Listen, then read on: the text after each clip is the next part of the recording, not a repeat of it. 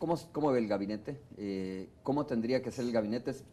Por supuesto, sin querer dictarle al presidente electo cuál va a ser su gabinete, pero bueno, habrá perfiles, ¿no? De cómo tiene que ser el próximo gabinete para que sea funcionable el país, para que el país se vaya desarrollando precisamente en una ruta democrática, que es lo que entiendo que, bueno, que es lo que debemos de continuar todos los salvadoreños.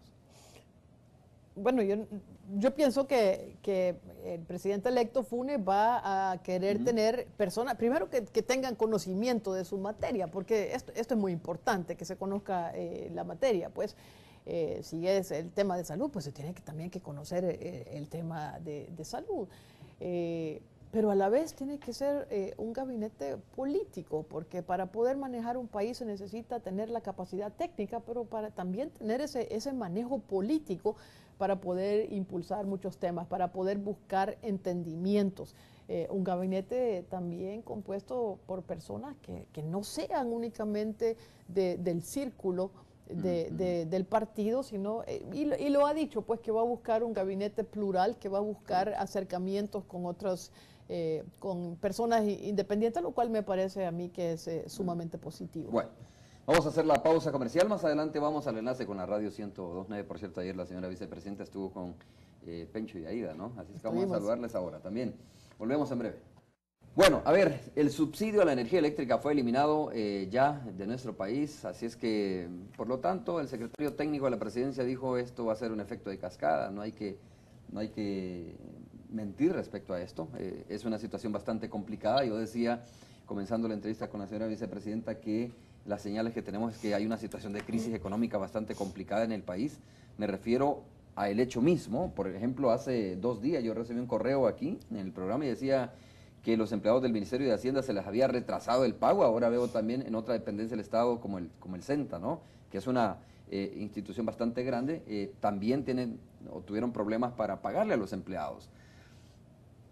Me da la sensación de que después de las elecciones se han destapado muchas cosas ya, y se han dicho con mucha sinceridad muchas cosas. Por ejemplo, ya no tenemos plata para el subsidio, que eso ya se venía diciendo, pero se venía sosteniendo, creo yo, no sé si decirlo de forma un poco irresponsable, porque todavía estamos en elecciones, pero ahora vienen otras cosas. Se dice que el país ya no va a crecer como se pretendía que iba a crecer, se dice que ya no hay plata para esto y para lo otro. Es decir, se está como transparentando ahora muchas cosas, o sincerándose en muchas cosas el Ejecutivo, vicepresidenta.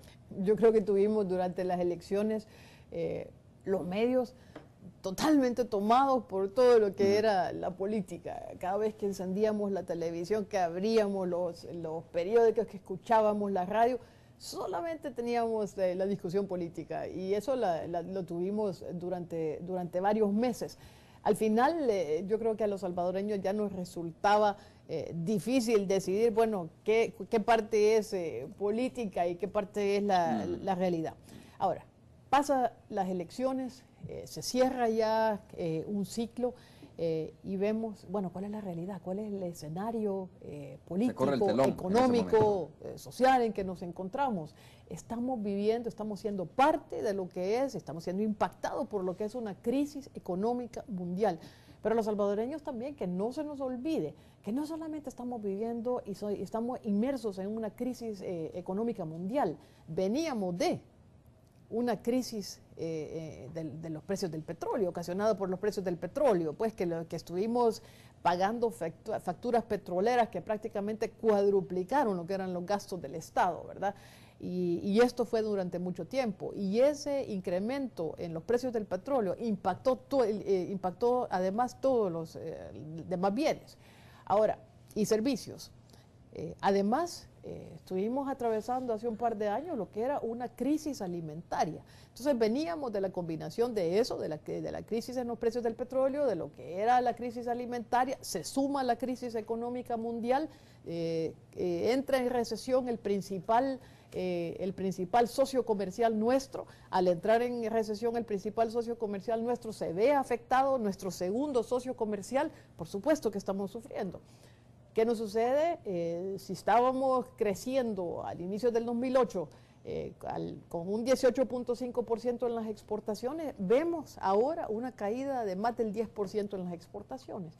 Si estábamos teniendo una recaudación fiscal que crecía arriba del 9%, hoy estamos viendo una caída significativa en lo que es la recaudación fiscal. Estamos viendo una caída en lo que es la importación de bienes que al final son insumos para las exportaciones. Eso significa que hay menos cobro menos pago bueno, estamos viendo también una pérdida de empleos a nivel de país ocasionada por el cierre de algunas empresas, a raíz también de lo que es la baja en la demanda del mercado de los Estados Unidos o el mercado centroamericano. Entonces, al tener una caída en las exportaciones, una caída en las exportaciones, una caída en las remesas, una caída en la recaudación fiscal, un aumento de los gastos que se ha dado, como decía, que venía dándose desde la crisis del petróleo y que obliga también a que el gobierno busque proteger la economía familiar a través de los subsidios, particularmente el subsidio a la energía, el subsidio al transporte. Vemos pues que las finanzas del Estado se afectan. Si le preguntamos a un salvadoreño, ¿quiere usted que le quiten el subsidio a su factura de energía eléctrica? Pues estoy segura que diría, mire, si me quita el subsidio, me va a afectar todavía más mi presupuesto familiar. Y el gobierno busca, bueno, cómo llevar ese subsidio hasta donde le sea posible.